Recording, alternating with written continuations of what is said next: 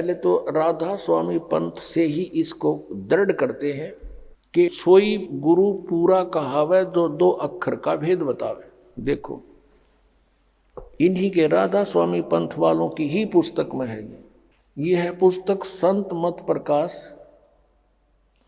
हजूर महाराज सावन सिंह जी के सत्संगों का संग्रह संत मत प्रकाश भाग 4 राधा स्वामी सत्संग व्यास। ये कहाँ से छपा है? संत मत प्रकाश भाग महाराज सावन सिंह जी के वचन है ये। प्रकाशक सेवा सिंह, सेक्रेटरी राधा स्वामी सत्संग व्यास, डेरा बाबा दमल सिंह, जिला अमृतसर। मुद्रक है Sartaj printing press, Tanda road, Joshi state, Jalandhar से। अब इसके हम 261 पृष्ठ पर आते हैं। ये संत मत प्रकाश भाग 4 आप देख रहे हैं, पृष्ठ नंबर 261 पर।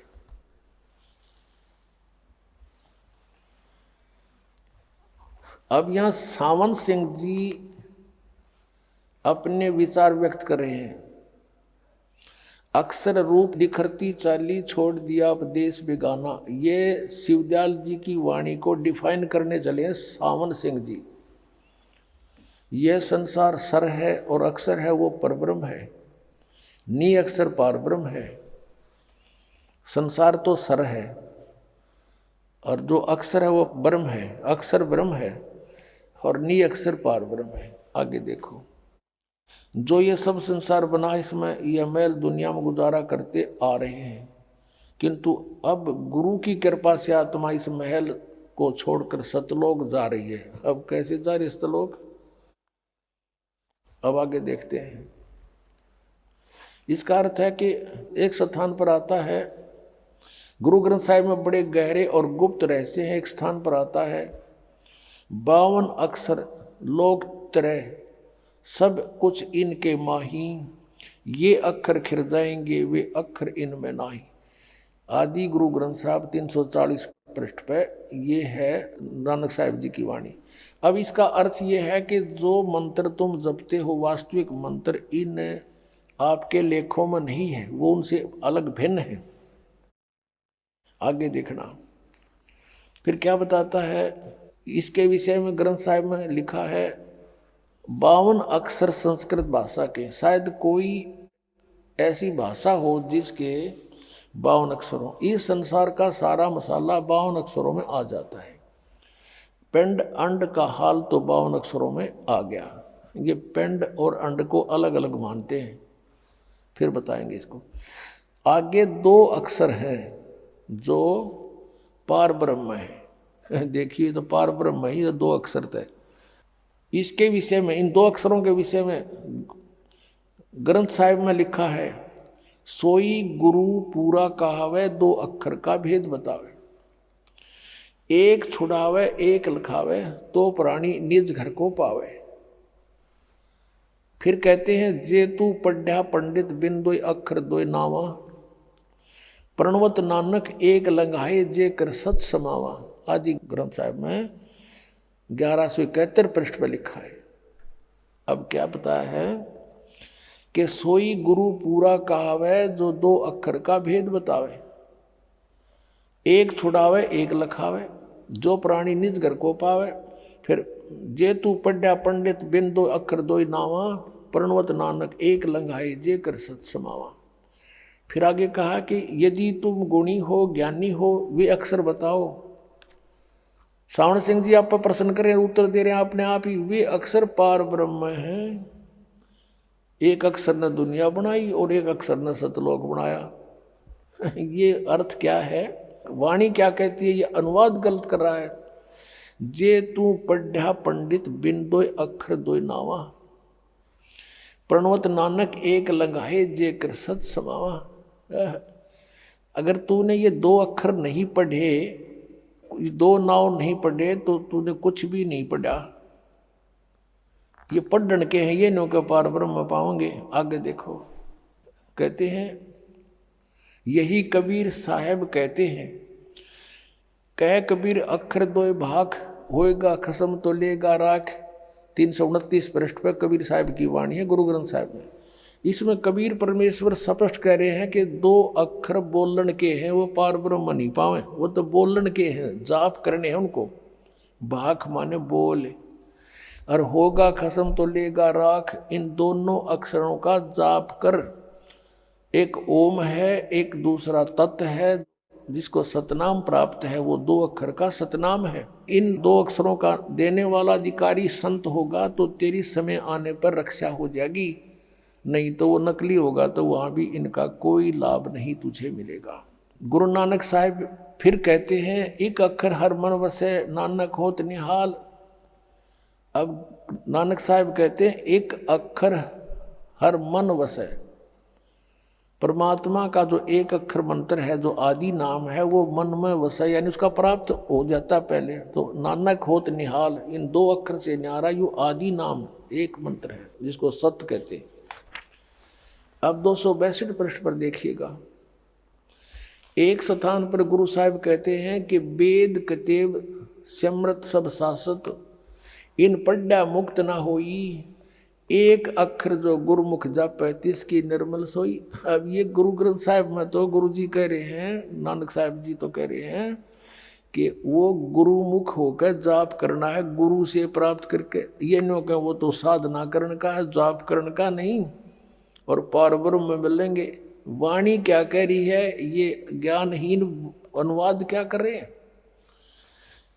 स्पष्ट कर, एक अक्षर जो गुरुमुख जापै तिसकी निर्मल सोई। अब ये अनुवाद करने चला है सावण सिंह, क्या कहते, वह अक्षर आपके अंदर है और पार ब्रह्म जाके मिलेगा। हमारे पास भूत बने पास शिवदाल ने मिल गया, वो बुक्की में बैठा। यह धर्म हमारा धर्म नहीं, ये जात हमारी जात नहीं, ये देश हमारा देश नहीं, हमारा देश सचखंड है, हमारी जाति सतनाम है। वाह रे सावण सिंह। संत मत भाग 3 में कह रहा है कि सचखंड या सतनाम चौथा लोक है। 102 पृष्ठ पे 106-7 पे कहता कि सतनाम असली राम है। और यहाँ कहता हमारी जाति सतनाम है, हमारा धर्म सतपुरुष है। यह पराया देश छोड़कर आत्मा अपने देश को जा रही है। अब यहाँ क्या कहते हैं, अब देखो, अब आत्मा इस पुराने महल को जिसमें लाखों जन्म रही छोड़कर जा रही है, सतनाम में जा रही है। ये देखो, सतनाम में, सतलोक में जा रही है, सतनाम में। हरिया सतनाम इनकी जाती थी। अब देखो, अंदर शब्द के दर्जे हैं, ओम शब्द, सोहम शब्द और सत शब्द। जहाँ से भी जो मिल गया वो कहीं का रोड़ा, कहीं का है, और या राधा स्वामी कुणबा जोड़ा। अंदर शब्द के दर्जे हैं, ओम शब्द, सोहम शब्द और सत शब्द। आत्मा दर्जे के अनुसार अपने असली मकसद भाव, असली देश को जा रही है। अब ये कहते हैं कि गुरु ग्रंथ साहिब में प्रमाण है कि 2 अक्षर का भेद बतावे, सोए गुरु पूरा कहावे। और ये 5 बगाटा जोड़ रही, अन्यों का वो 2 अक्षर तो अंदर पाओगे पार ब्रह्म में। और गुरु नानक साहिब जी जाप करते थे। अब ये जैसे कबीर परमेश्वर ने कहा कि कहे कबीर अक्षर 2 भाग, एक बोल, इनका जाप करे, और इनके देने का अगर सही अधिकारी संत होगा तो तेरी रक्षा होगी ना। इसके नरे जाप करते किसी नकली से लेकर तो भी लाभ नहीं होगा। अब नानक साहिब जी क्या जाप करते थे। पुण्यात्मों, इस तत्व ज्ञान से परिचित होकर एक सिख बच्चे ने स्वयं ही अपने सदग्रंथों को खोजा। उसने खोजा तो ये था कि यदि ये सच्ची है कि कबीर परमेश्वर नानक साहिब जी को मिले हैं तो वो मंत्र वही होंगे जो हमारे गुरु जी दे रहे हैं। लेकिन गुरु ग्रंथ साहिब में वो इकट्ठे कहीं नहीं है। कारण क्या था अभी बताएंगे। पहले ये देखिएगा गुरु नानक देव जी कौन सा मंत्र वो 2 अक्षर का जाप करते थे। देखिएगा, ये है सब तो वड्डी भाई बाले वाली जन्म साखी। सब तो वड्डी भाई बाले वाली जन्म साखी, doctor Jawahar Singh, Kirpal Singh and company, ये इसके लेखक है। ई जन्म साखी अज तक छप चुकियां नालों वड्डी है। सब तो वड्डी ते पुरातन है भाई बाले वाली जन्म साखी। श्री गुरु नानक देव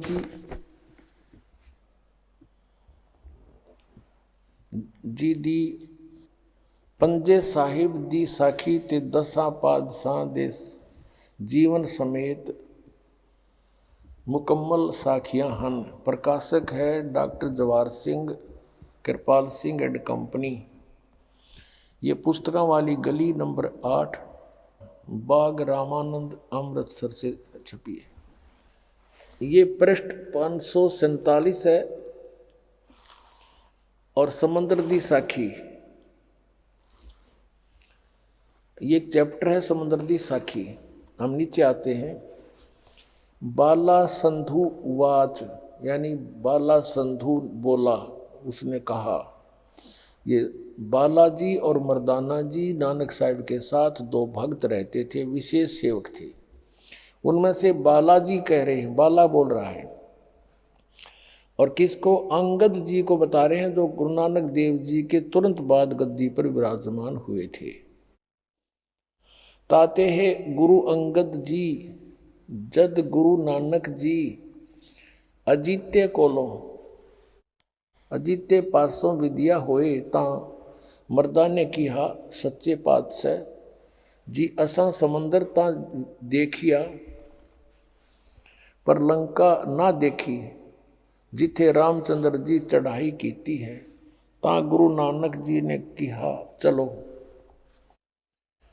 भाई बाला ते मर्दाना तुहानू रंज नहीं करना, अखी मीटो तो अखी मीट के खोलिया ता समुंदर दे कंडे जाई खड़े हुए।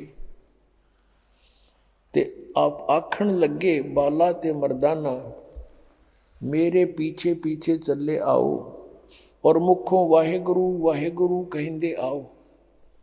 ते आगे आगे गुरु जी तुर पे जैसे धरती ऊपर तुरदे सन, उसी तरह समुद्र ऊपर तुर पे जा चले। जान ते पीछे बाला ते मर्दाना जावन ता मर्दाना ने विचार कीती कि गुरु जी गुरु नानक देव जी ओम सोहम जपदे जांदे हन। ता मर्दाना भी ओम सोहम लगा जपण ते लगा गुत्ते खावण। ता गुरु नानक जी देखण ता मर्दाना गोते खांदा है। ता गुरु जी कहा कि मर्दाना गुरु दी करनी वल नहीं देखना, गुरु दे बचना पर चलना चाहिए। तू मर्दाना वही आख जो असा आखिया है। ता मर्दाना फिर लगा वाहेगुरु वाहेगुरु कहन, ता फिर जल ऊपर उसी तरह तुरन लगा। इसमें हो गया कंसेप्ट क्लियर कि गुरु नानक देव जी ये 2 अक्षर का मंत्र जाप किया करते। It is Satnam. अपने आत्माओं, ये तो पंजाबी शायद आपने ना आती, हिंदी दिखाता हूँ, हिंदी में अनुवाद भी कर रखा है। परमात्मा ने बड़ी दया बख्श रखी है, देखिएगा। इसी जन्म साखी का अनुवाद है हिंदी में, भाई बाले वाली श्री गुरु नानक देव जी दी जन्म साखी। भाई चतर सिंह जीवन सिंह अमृतसर से छपी है। ये वही की वही नौका ने लिखा है इसमें। पंजे साहिब 10 पातशाह का जीवन संपूर्ण साखियाँ सही दर्ज है। प्रकाशक है भाई चतर सिंह जीवन सिंह अमृतसर, यहाँ से छपी है। ये यहाँ से छपी है। बाजार माइया सेवा अमृतसर, ये फोन फैक्स नंबर ही है। अब इसके 559 पृष्ठ पर ये देखिए, समुद्र दी साखी पृष्ठ 559 559 यहाँ है साखी समुद्र की। एक दिन मर्दाने ने कहा, हे महाराज, मेरा मन चाहता है कि समुद्र में जो लंका है वहाँ का भ्रमण किया जाए। गुरुजी ने कहा, अच्छा, आप लोग अपने नेत्र बंद करो। जब मैं और मर्दाने ने नेत्र बंद करके क्षण पीछे खोले तब हम लोग गुरुजी के साथ महान समुद्र तट पर खड़े थे। अब गुरुजी ने कहा कि तुम लोग समुद्र के जल पर वाहिगुरु जप करते पैदल ही चले आओ। हे गुरु अंगद देव जी, हम लोग गुरुजी के पीछे पीछे उसी प्रकार जा रहे थे जैसे सूखी पृथ्वी पर चला जाता है। आगे आगे गुरुजी ओम सोहम का जप करते चले जा रहे थे। दिस इज सतनाम और दीज आर टू अक्षर, टू वर्ड, ये है वह 2 अक्षर। क्लियर कर दूं। तब मर्दान ने सोचा कि हम भी ओम सोहम का जप क्यों न करें। अब मर्दाना भी ओम सोहम की रट लगाने लगा। बस वह लगा गोते खाने। गुरुजी ने पीछे देखा तो हंस कर कहने लगे, हे मर्दाना, शिष्य का धर्म है कि गुरु के बताए मार्ग पर चले, इसलिए तू वाहे गुरु ही जप, तेरा उसी में कल्याण है। जब मर्दाना ने वाहे गुरु नाम की रट लगाई तो फिर पूर्व प्रकार पानी पर चलने लगा। अब पुण्यात्माओं, किसी को ये पता लग ही रहा है तो कि सतनाम अब क्या है, क्योंकि डिस्क्लोज करना ही है, नहीं तो भ्रम रह जाएगा, कोई समझ नहीं सकेगा भगवान की वाणी को।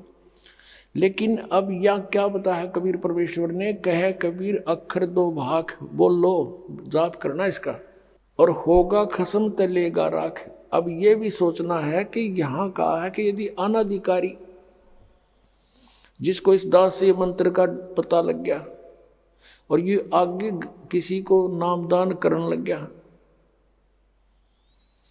उससे कोई लाभ नहीं होगा, क्योंकि वो अधिकारी नहीं है।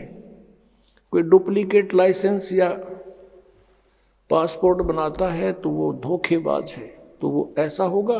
तो परमात्मा कहते हैं अगर वो अधिकारी होगा तो रक्षा होगी ना, तो सतनाम के जाप से भी कुछ भी नहीं होगा, व्यर्थ होगा तेरा। अब यहाँ प्रसंग उठता है कि पूरे सिख समाज में गुरु नानक देव जी के अतिरिक्त किसी के पास ये 2 अक्षर का मंत्र नहीं था, और न ही पूरे गुरु ग्रंथ साहिब के अंदर ये मंत्र है। इसका टुकड़ों में कहीं कहीं है, जिक्र है अलग अलग स्थानों पर, लेकिन नानक साहिब जी ने अपनी वाणी में यू क्लियर लिखा था कि आने वाले समय में प्रमाण रहेगा। लेकिन मना क्यों कर दिया? परमेश्वर कबीर जी ने 600 वर्ष पहले आदरणीय धर्मदास साहिब जी को, और उसी समय कुछ वर्ष के बाद आदरणीय नानक साहिब जी को परमात्मा मिले थे। आदरणीय धर्मदास साहिब जी को कहा था, वो तो रिटर्न में हमारे पास है कि धर्मदास तो 1,00,000 दुहाई, ये मूल ज्ञान कहीं बाहर ना जाए। इस मूल ज्ञान के अंदर ये मंत्र है दोनों, और एक सार शब्द है, सार नाम। धर्मदास तो 1,00,000 दुहाई, ये सार नाम की दबार ना जाई। इस 2 मंत्र को तो डिस्क्लोज तो करना था, लेकिन देना किसी को नहीं था। धर्मदास तो 1,00,000 दुहाई, ये मूल ज्ञान कहीं बाहर ना जाई। मूल ज्ञान बार जो पढ़ी, बिचली पीढ़ी हंस नितर ही। और मूल ज्ञान को तब तक छुपाई जब तक ये 12 पंथ ना मिट जाए, ये सारे पंथ ना मिट जाए।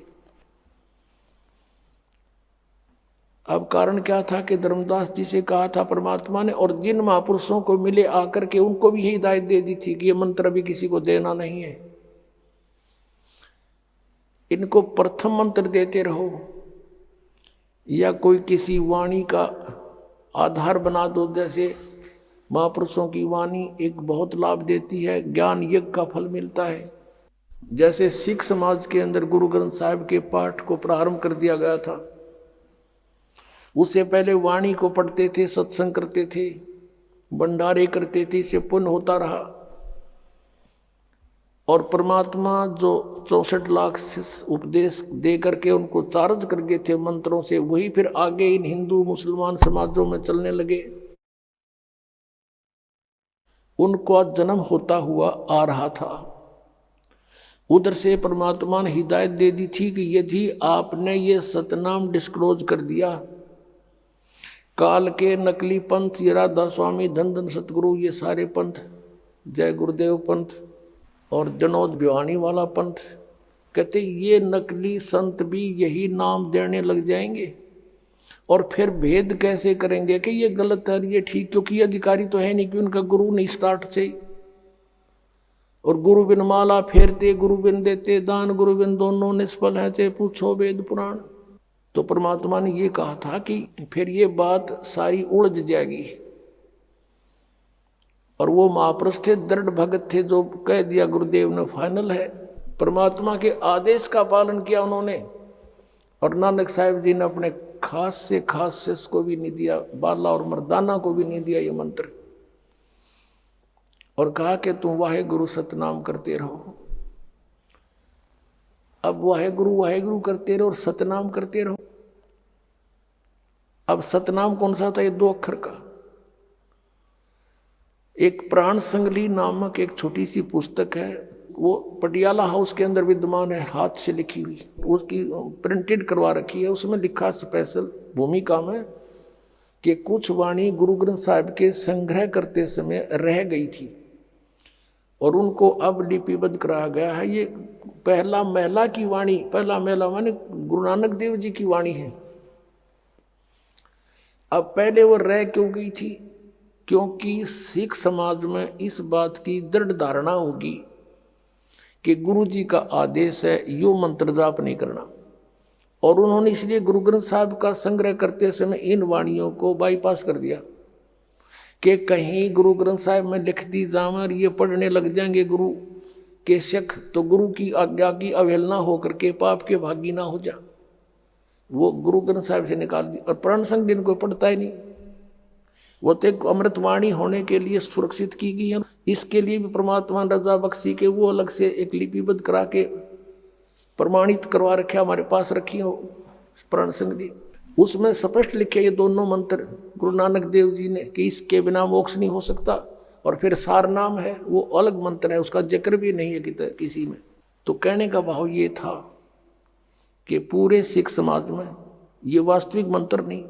यदि गुरु ग्रंथ साहिब में होता तो ये नकली पंथ वहीं से निकले हैं। गुरु ग्रंथ साहिब की वाणी पढ़ गए शिवदयाल जी, और ये भी ये मंत्र देते पाते, फिर आज कैसे डिफ्रेंशिएट करते कि ये अधिकारी नहीं है। और देख काल न किसा सांग जोड़ दिया, करोड़ों इकट्ठे कर दिए वहां पर बौड़ी भाली आत्माएं। अब आपने इस बात को गहराई से सोचना है। अब ये तो कंसेप्ट क्लियर हो गया कि गुरु नानक देव जी उस 2 अक्षर के नाम का जाप करया करते। अरे ये नकली के हैं, ये तो वहां बोलोगे बोलो पर मरे पाछा बुकी में प्रवेश करके उस शिवदयाल जी ने मिल गया। इन 500 नाम काल के जानो, जब दानी मन शंका आनो। अब जिसको ये मानते हैं कि श्री शिवदयाल जी के घर पे तुलसीदास आथरस वाले की वाणी वो सत्संग होया करते, और इन्होंने भी उसका बहुत संग किया है। और इनके माता पिता जी उनके शिष्य थे, किसके? शिवदयाल जी के माता पिता तुलसीदास आथरस वाले संत के शिष्य थे। अब वो कह रहा है अपनी घट रामायण में कि 500 नाम काल के जानो, आदि नाम और सतनाम वो अलग मंत्र हैं। देखिएगा, तो धर्मदास जी से कह दिया था कि धर्मदास तो लाख दोहाई, ये मूल नाम मूल ज्ञान सार नाम की तबार न जाई। और नानक साहिब जी और इन सब महापुरुषों ने उसका दृढ़ता से पालन किया। इसलिए ये अभी तक इन काल के पंथा का हाथ नहीं लगा। ये न कहो 2 अक्षर तो वहाँ मिलेंगे पार ब्रह्म में, अंदर जाकर मरे पाछे मिलेंगे। अब घट रामायण में देखो, तुलसी साहिब आदर्श वाले की ये वेल्डियर प्रिंटिंग प्रेस वर्क्स इलाहाबाद से छपी है, भाग 1 है ये। अब हम इसके 27 पृष्ठ पर आते हैं। भेद पिंड और ब्रह्मांड का, ये 27 पृष्ठ है। अंतर गुफा तहाँ चल जाऊं, तहाँ साहिब के दर्शन पाऊं। पांचों नाम जीव जब भाखा, छठवां नाम गुप्त कर रखा। ये छठा नाम एक और है तो गुप्त रखा। पांचों नाम काल के जानो, ओंकार रंकार ज्योति निरंजन, ये कहते सब सतनाम आदि ये काल के नाम है। तब दानी मन शंका आनो, निर्गुण निराकार निर्वाणी धर्मराय यूं 5 बखानी। जीव नाम निज कह विचारी, जान बूझ दानी झखमारी।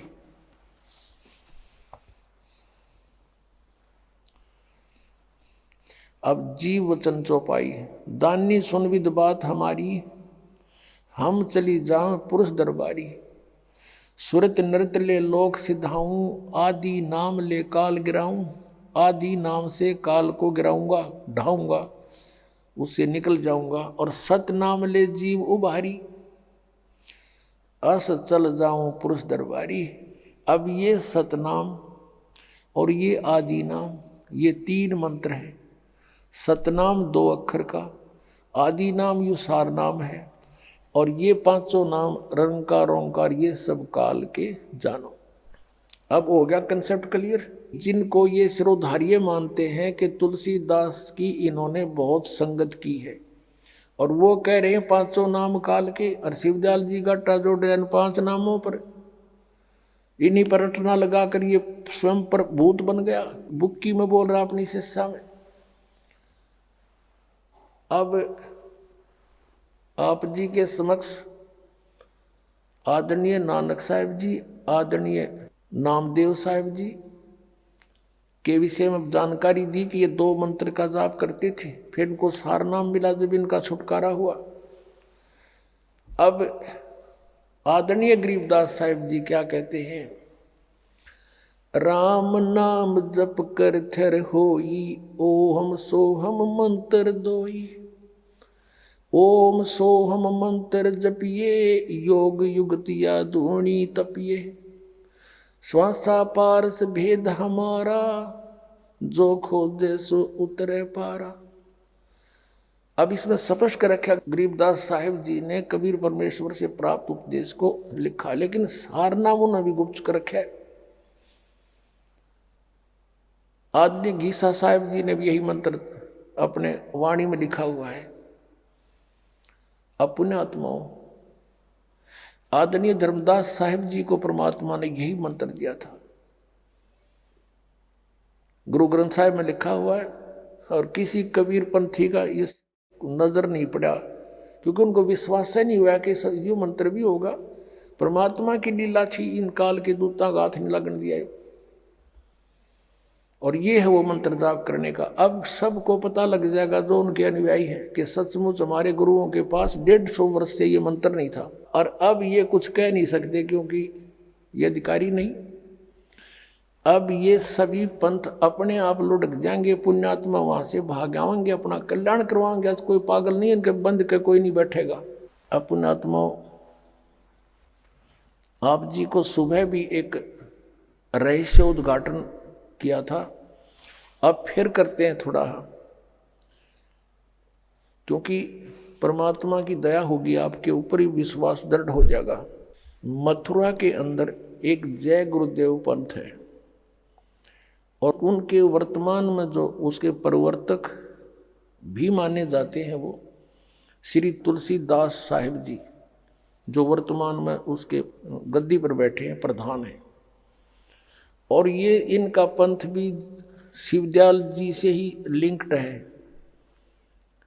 शिवदयाल जी से यानी आगरा से ही आए हैं। गोरेलाल जी इनके गुरुजी थे, किसके, इस जय गुरुदेव पंथ के मुखिया के, तुलसी साहिब जी के। इनकी एक पुस्तक है जय गुरुदेव की अमरवाणी। जैसे आज दिन में भी दास ने बताया था कि ये पुण्यात्मा थे, पिछले संस्कारी थे, आगे इनको कोई संत ठीक मिला नहीं, ये पूर्व जन्म के संस्कारों से इनकी वचनों में भी शक्ति होती है, छोटे मोटा लाभ भी कर सकते हैं, ये भूत भविष्य का कुछ जानकारी भी दे सकते हैं। एज ए भविष्य वक्ता भी इनकी बुद्धि काम कर जाती है। तो इन्होंने एक भविष्यवाणी की है सन 1971 में, वो पढ़कर सुनाते हैं इन्हीं की पुस्तक में। देखिएगा, जय गुरुदेव की अमरवाणी भाग 2। ये कहाँ से छपी है? ये है ये महात्मा बाबा जय गुरुदेव जी महाराज। इनका असली नाम है परम संत तुलसीदास जी महाराज। विश्व को शांति अब इन्हीं से मिलेगी, ये इनके सेवक लिख रहे हैं इनके बारे में। यहाँ देखिएगा, जय गुरुदेव की अमरवाणी सहकारी सदाचारी बाल संघ से संकलित, प्रकाशक दिव्या शर्मा, 88 साकेत कॉलोनी, मथुरा, उत्तर प्रदेश से। ये मुद्रक है अर्जेंट प्रिंटर्स, पुराना बस स्टैंड, मथुरा, उत्तर प्रदेश। इसकी पृष्ठ नंबर हम आपको 50 पर ले चलते हैं। ये 50 नंबर पृष्ठ है। यहाँ देखिएगा, सहकारी पत्रिका के 7 सितंबर 1971 में इन्होंने अपनी स्टेटमेंट दी है, यानी प्रवचन किए 7 सितंबर 1971 को। किसने? जय गुरुदेव वाले तुलसीदास ने। यहाँ लिखा है, हम थोड़ा सा पढ़ेंगे। वह अवतार जिसकी लोग प्रतीक्षा कर रहे हैं वह 20 वर्ष का हो चुका है। दास का जन्म 8 सितंबर 1951 को हुआ था। मुझ दास का जन्म तो 7 सितंबर 1971 को दास पूरा 20 वर्ष का हो गया। 8 सितंबर को 21वां वर्ष लग गया। अब ये क्या कहता है कि वह अवतार जिसकी लोग प्रतीक्षा कर रहे हैं वह 20 वर्ष का हो चुका है। यदि उसका पता बता दूं, 1971 में कह रहा है कि आज जब मैं उसका पता बता दूं तो लोग पीछे पड़ जाएंगे। अभी ऊपर से आदेश बताने के लिए नहीं हो रहा है। मैं समय का इंतजार कर रहा हूं और सभी महात्माओं ने समय का इंतजार किया है। समय आते ही सबको सब कुछ मालूम हो जाएगा। 7 सितंबर 1971 को ये स्टेटमेंट है। अब इसी के 59 पृष्ठ पर चलते हैं। 59 पृष्ठ पर ये 28 अगस्त 1971 की स्टेटमेंट है सहकारी पत्रिका में। यहाँ कहते हैं, वह महापुरुष का जन्म भारत के वर्ष के एक छोटे से गांव में हो चुका है और वह व्यक्ति मानव इतिहास का सबसे महत्वपूर्ण व्यक्ति बनेगा। उसे जनता का इतना बड़ा समर्थन प्राप्त होगा कि आज तक किसी को नहीं मिला है। वह महापुरुष नए सिरे से विधान बनाएगा और वह विश्व के संपूर्ण देशों पर लागू होगा। उसका एक झंडा होगा, उसकी एक भाषा होगी। अपनात्माओं, इस दास के अतिरिक्त यदि ये भविष्यवाणी किसी और पर फिट हो जाए तो दास ने बता दियो, मैं भी थारे साथ वहीं चल पड़ूंगा और तुम ने भी सारा ने वहीं ले चलूंगा। भाई ठीक है, हमने कल्याण करवाना है, कितने हो जाओ हमारा। ये ज्ञान और ये समाधान इस 21 ब्रह्मांड में आपने मिल जा और ये सारे भविष्य वक्ताओं की वाणी फिट हो जा तो दास भी उसके समर्पित हो जाएगा। दास की प्रार्थना है कि समय खोने का नहीं है। इतने प्रमाण दे रखे परमात्मा ने और फिर भी इनकी आंख नहीं खुलती तो भाई घनी बांग पी रखी है काल के कुएं की। अपनात्माओं, यदि इस तुलसी साहेब जी, तुलसीदास जी जो जय गुरुदेव के पंथ के मुखिया हैं, इनकी उस समय 1971 में दिव्यदृष्टि काम कराई थी, इनकी बैटरी चार्ज थी और अब ये फ्यूज होगी क्योंकि इनकी कमाई खत्म होगी। किसी आशीर्वाद देकर इतने जीवों को बांट दिया, अपनी जितना चौन नहीं ले रहे थे वह खत्म करी। यदि आज इनकी दिव्यदृष्टि काम करती है, कर रही है, तो ये बता देना चाहिए कि वो संत ये है। सब इतिहास आपके सामने रख दिया और वो समय दूर नहीं, क्योंकि 600 वर्ष पहले परमात्मा ने कहा था कि धर्मदास कहते हैं कलयुग बीते 5500 पाचा और तब मेरा वचन होगा साचा। अब 5505 वर्ष कलयुग बीत चुका है।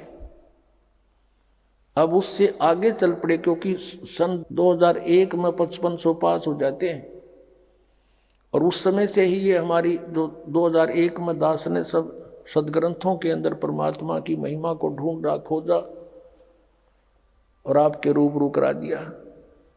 और फिर कहा कि पूरे विश्व में धर्मदास एक कबीर परमेश्वर ही रहेगा और पूरे विश्व में शांति छावेगी। इस माया की दौड़ खत्म हो जाएगी, क्योंकि एक ऐसा विधान बनेगा, वो वैसे किसी पर कोई थोपा नहीं जाएगा। ज्ञान से आपको समझ में आएगा कि हम किस लिए सारा जीवन व्यर्थ करते हैं कोठी महल बनाने में। 26 जनवरी सन 2000 को भारतवर्ष गणतंत्र दिवस मनाने की तैयारी कर रहा था। गुजरात के अंदर इतना भयंकर भूकंप आया कि जिन मकानों को बनाने में सारा जीवन व्यर्थ कर दिया था लोगों ने, व्यक्तियों ने 2-2, 3-3 मंजिल के बना रखी थी कोठियाँ, वो सारी की सारी गिर गई और सभी अपने घरों में बैठे अपने टेलीविजनों पर गणतंत्र दिवस को देखने की तैयारी कर रहे थे। 8 बजे भूकंप आ गया और उसी के नीचे दब कर मर गए। कई दिन भुगत कर मरे हैं, कुछ निकाल भी नहीं पाए उनको। फिर हम अपनी अज्ञानता के कारण विवाह शादियों में बेमतलब का खर्चा करते हैं, जो हमारे लिए एक बहुत बड़ी समस्या पैदा होगी है। फिर हमने ये भी पता चलेगा कि हम किसी से पैसा ऋण लेंगे तो हमें आगे देना पड़ेगा। तुमने उस दरगाह का मैल नहीं देखा, धर्मराज के तिल का लेखा। तो हम यहाँ से ऋण मुक्त होने के लिए प्रयत्न करेंगे, किसी का कर्जा नहीं चढ़ाओगे। ईब तो अनजानपने में बिना ज्ञान के रिश्वत भी लेते हैं, मिलावट भी कर देते हैं और दहेज के ऊपर भी मुंह धोकर बैठ जाते हैं। मेरे पुत्र वधू घना धन लावेगी, अन्योना बेरा गदा बनेगा फिर इनका अगले जन्म में। तो पता जब हमें ज्ञान होगा तो परमात्मा कहते हैं जैसे कर का जहर का रंग होरी हो और कहो तो कौन तीस खावे राम रंग होरी हो। अब एक कण पड़ा हो विष का और आपको पता ये विष है, आप छू कर दिखा देना। तो अभी अनजान बच्चे हो आप, इस आध्यात्मिक ज्ञान ना होने से, जैसे एक अबोध बालक सर्प की दूम पकड़ लेता है और उसको डस देता और मर जाता है। अनजान बच्चा बिजली की स्पार्किंग हो रही है, तार टूटा पड़ा गिरा पड़ा है, उसको छू लेता आतिशबाजी समझकर और मर जाता है। तो ऐसे जब वो बच्चा बड़ा हो जाता है, दूसरों को भी सतर्क करता है कि देखो तू तार टूटा पड़ा है, इसमें बिजली है, दूर हो जाओ दूर हो जाओ। और ऐसे ही सर्प दिखाई देगा, आप भी दूर भागेगा, औरों को भी कहेगा इधर मत जाना, वहाँ काला सर्प है, भयंकर सर्प है। तो पुण्यात्माओं, जब हम इस तत्व ज्ञान से परिचित होंगे, ये रिश्वत लेना और ये हाहाकार मचा रहा कि लोट कसोट मंत्रियां तई के ऊपर ब्लेम लग गए और जजों तई के ऊपर ब्लेम लगते हैं कि ये भी करप्ट हो गए, तो कहाँ जाएगी ये जनता? बिना ज्ञान के विष खा रहे हैं। परमात्मा कहते हैं जैसे कर का जहर का रंग होरी हो, कहो तो कौन तिस खावे राम रंग होरी हो। ये विष दिखाई देगा, जहर दिखाई देगा और फिर खा के दिखाइए इसको, छुआ भी नहीं इंसान, और फिर भगवान देगा आपको। ये वो समर्थ है, आपके घर भर देगा माया से, जब यदि आप सीधी नीत से और सच्चे मन से समर्पित होकर के अनुपासना त्याग कर मर्यादा में रहकर भक्ति करके देखो, सारे दुख दूर होंगे।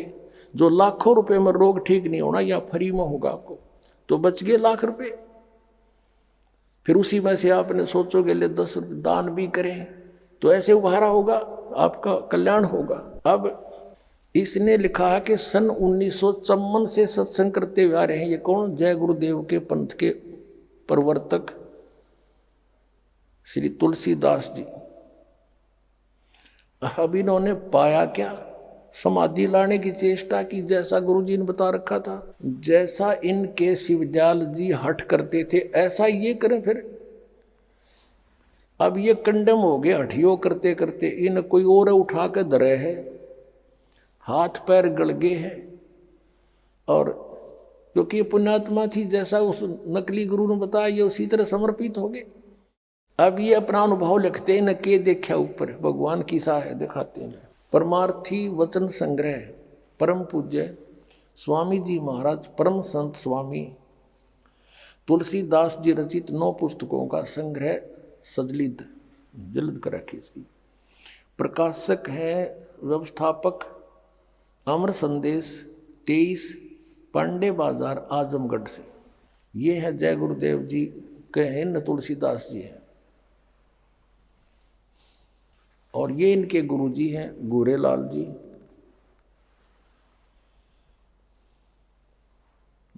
ये लेखक के दादा गुरु हैं, यानी पुस्तक के छापने वाले के दादा गुरु। और अब आपको दिखाते हैं इसके 157 पृष्ठ पर संत मत सच्चा निर्माण, ये कोई चैप्टर है, पुस्तक है इसकी अलग 9 की अलग जल्द कर रखी है। 157 पृष्ठ पर यहाँ देखना नीचे।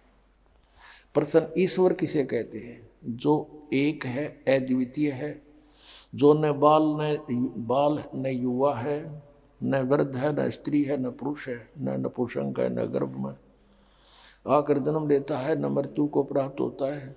जैसे जैसे यहाँ देखो, अनाम है, अरूप है। अरूप माने निराकार है, उसका कोई रूप नहीं है। और तो ये दुख में मारो सट्टे। फिर आगे देखो, फिर इसके आगे क्या लिखते हैं ये 242 पृष्ठ पर आपको ले चलते हैं। अब 241 पर क्या लिखा है? ज्ञान रसीम चैप्टर है कोई इनका। अब सतपुरुष की महिमा बताओ कि मैंने अनुभव किया, सतपुरुष देखा। सतपुरुष से तमाम धनी आत्माएं पैदा हुई हैं। आगे चलो, अब ये क्या बताता है? इस देश से निकलने के बाद वापस घर में आए हो और स्पष्ट होता है कि यह सच्चा घर है। इस महान प्रकाशवान स्वरूप की मूर्ति विचित्र आदमी या बड़े से बड़े पुरुष की प्रतीत होती है। एक बहुत अद्भुत सुंदरी के साथ महान सिंहासन पर विराजमान है। पूर्ण पुरुष में से ये महान सुरीली राग निकल रही है। अब यूँ किए गए है कि मैंने जो ऊपर देखा हो भगवान एक सुंदरी एक औरत के साथ बैठा है सिंहासन पर, और उस पूर्ण पुरुष से महान सुरीली आवाज निकल रही है।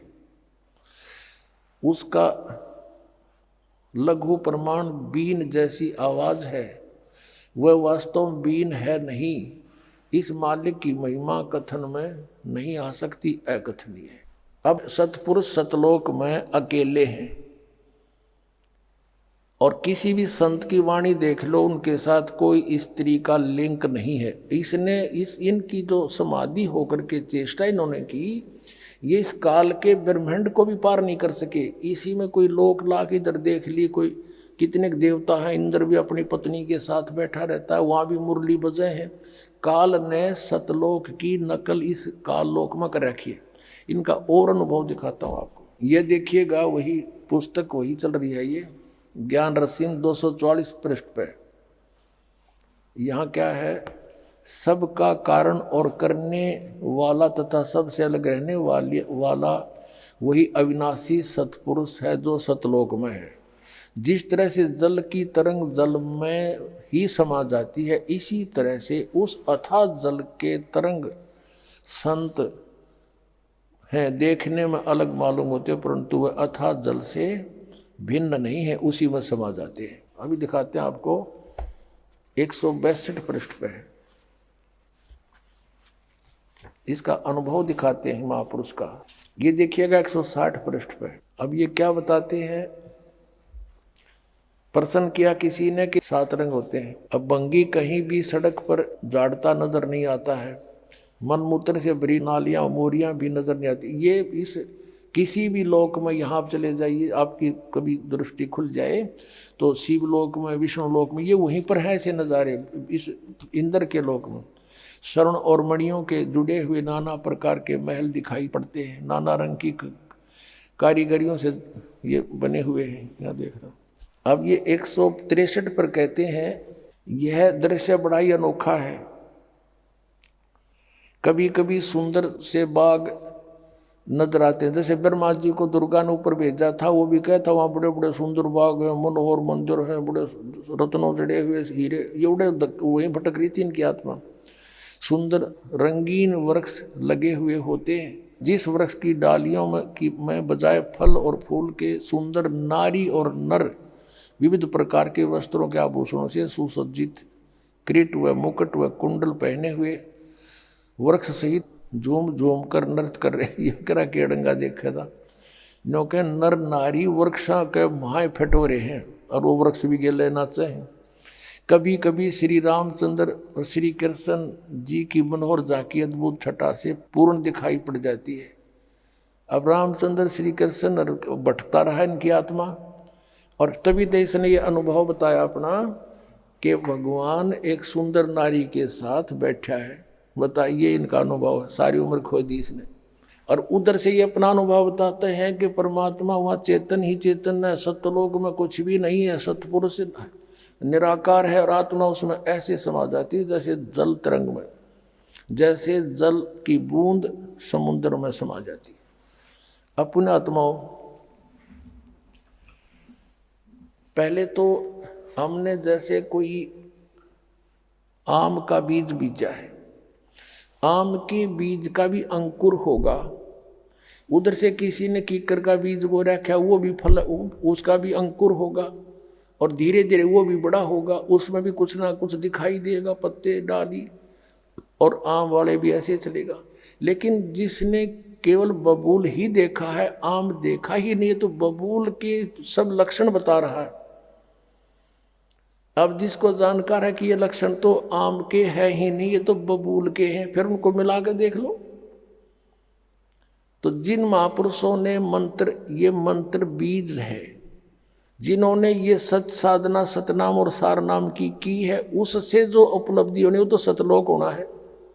और जो इन्होंने नाम जाप किए वो काल के हैं, काल के ही लोक में इनको रहना है और यहीं पर है ये। और इनका जो दादा गुरु यानी सबसे प्रमुख वो भूत बना हुआ, बुक्की में बोला तो ये गीत जाएंगे इन 5 नाम जपने वाले, अंडरस्टूड है। अब पुण्यात्मा, आज का जो प्रसंग था सत्संग का, कि शास्त्र विधि को त्याग कर जो मनमाना आचरण करते हैं उनको न तो कोई सुख हो, न उनके कोई सिद्धि प्राप्ति हो, न उनकी गति हो, यूजलेस। तो शास्त्र विधि अनुसार कौन से मंत्र हैं? पहले तो आपको जो प्रथम मंत्र दिया जाता है वो 7 नाम का है। पुण्यात्माओं, हमारे 4 वेद, पवित्र गीता, ये गॉड गिवन स्पिरिचुअल नॉलेज है, प्रभु दत्त है।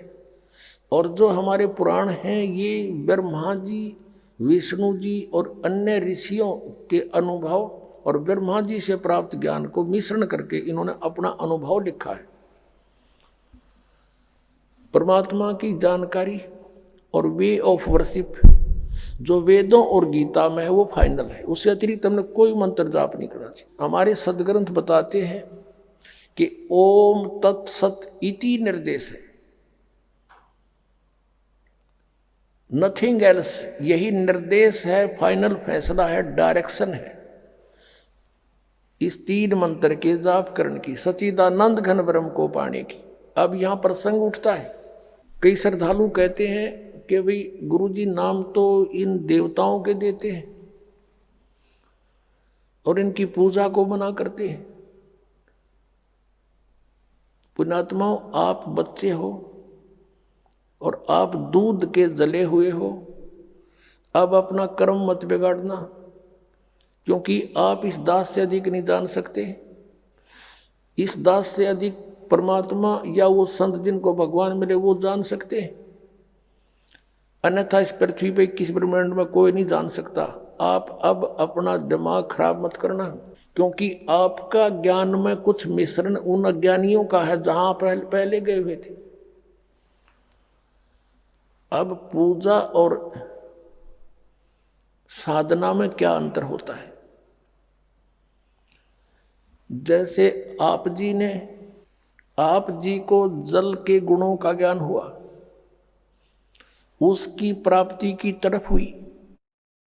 आपने आप पूजा तो कर रहे हो जल की, कि मुझे जल प्राप्त होना चाहिए, जल प्राप्त करूंगा। और साधना क्या है उसके पाने की विधि। जैसे हैंडपंप लगाना है तो बोकी लगानी है, पाइप नीचे पहुंचानी है, ये तो है साधना। और जिसके लिए ये सारा कुछ खड़ा हो रहा है वो है पूजा। अब जैसे हम पूजा तो कर रहे हैं अपने परमात्मा कबीर जी की सतलोक में जाने की, क्योंकि हमने उसके गुणों का पता लग गया। हम पूजा तो करते हैं अपने परमात्मा की, और साधना यानी ये मजदूरी, ये प्रयत्न उसके पाने के लिए मंत्र, ये औजार, ये इंस्ट्रूमेंट, ये प्रयोग कर रहे हैं, ये साधना कर रहे हैं हम। ये साधना पूजा नहीं है।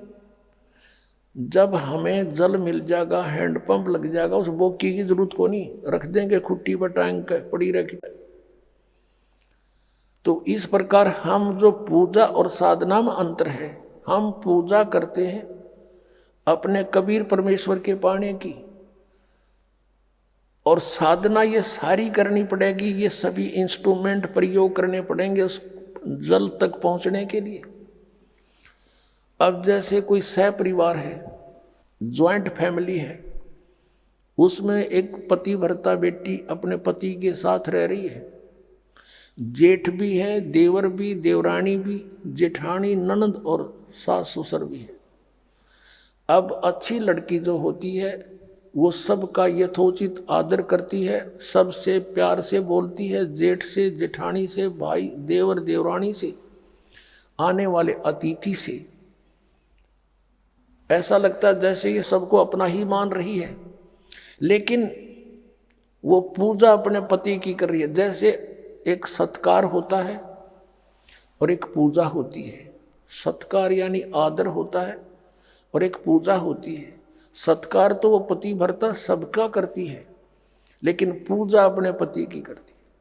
और जिस समय वो अलग होते हैं, भिन्न होते हैं, अलग अलग होते हैं, तो अपने सभी वस्तु जो उसके हिस्से में आते हैं, एक चम्मच भी ना छोड़ दे, जेठ और जेठानी के, चाहे कितने मीठी बोलना थी, कितना प्यार से रहती थी, और सब कुछ उठा कर अपने पति के साथ अपने कमरे में रख लेगी, क्योंकि वो अंतर से पूजा उसकी कर रही थी। उनसे मिलाप रखना अनिवार्य था, नहीं तो कलह माच जा। तो हमारा एक ज्वाइंट फैमिली है, ब्रह्मा विष्णु महेश यहाँ के मुखिया हैं, इन तीन लोग के कुछ ये प्रधान बना रखे, एक एक विभाग के मंत्री हैं। और जो भी हमने लाभ लेना, जैसे कोई प्रधानमंत्री का व्यक्ति और स्टेट हरियाणा में रह रहा है, तो उसने जिस चीज की आवश्यकता होगी यहाँ के डिप्टी कमिश्नर से या मंत्री से बोलेगा, और वो तुरंत उपलब्ध करा देंगे, क्योंकि उनको मालूम है कि किस समर्थ से संबंध है इसका। ऐसे ही आप जी इस काल के लोक में रहोगे, आपको सुविधाएं तो यही देंगे। ये तो जब तक आप उस परमात्मा की शरण में नहीं हो, तो आपको वर्क डन ही देंगे, आपकी किस्मत देंगे। और जब समर्थ से संबंधित होगे, जो मांगोगे वो दे देंगे ये। लेकिन कितना देंगे? परमात्मा के आदेश से, यानी आपके शुभ संस्कार बनेंगे, उन संस्कार के आधार से आपको फिर ये वो धन देंगे यही। जैसे आप जी ने उल्टा लटका हुआ संसार रूपी पेड़ के विषय में जाना, और जैसे हम कोई आम का पौधा जमीन में बोएंगे तो जड़ की तरफ से जमीन में दबाया जाता है, एक गड्ढा बना के। तो पूजा करेंगे जड़ की, हम टहनियों की पूजा नहीं कर रहे, लेकिन फल लगेंगे टहनियों के। तो यदि हम पूर्ण परमात्मा की सत साधना करेंगे तो इन ब्रह्मा विष्णु महेश रूपी शाखाओं का फल लगेंगे, और ये फिर फल हमने बिना मांगे देंगे, क्योंकि हमारा जो मूल, हमारी साधना शास्त्र अनुकूल है। हम पूजा मूल की कर रहे हैं। यदि हमने उल्टा यू पौधा गाड़ दिया, उसकी शाखाएं लगा दी जमीन में और जड़ कर दी ऊपर ने, और फिर उन शाखाओं की सिंचाई हम शुरू कर देंगे, तो पौधा सूख जाएगा।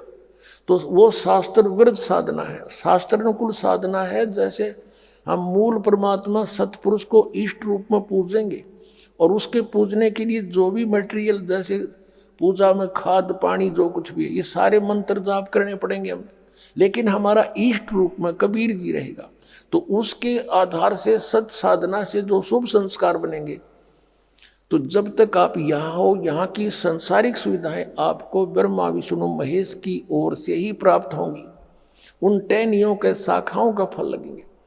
इसलिए ये हमसे दूर नहीं हो सकते, हम इनसे दूर नहीं हो सकते, हम इनका अनादर नहीं कर सकते, क्योंकि फिर हम संत नहीं, लेकिन हम इनको पूज नहीं सकते।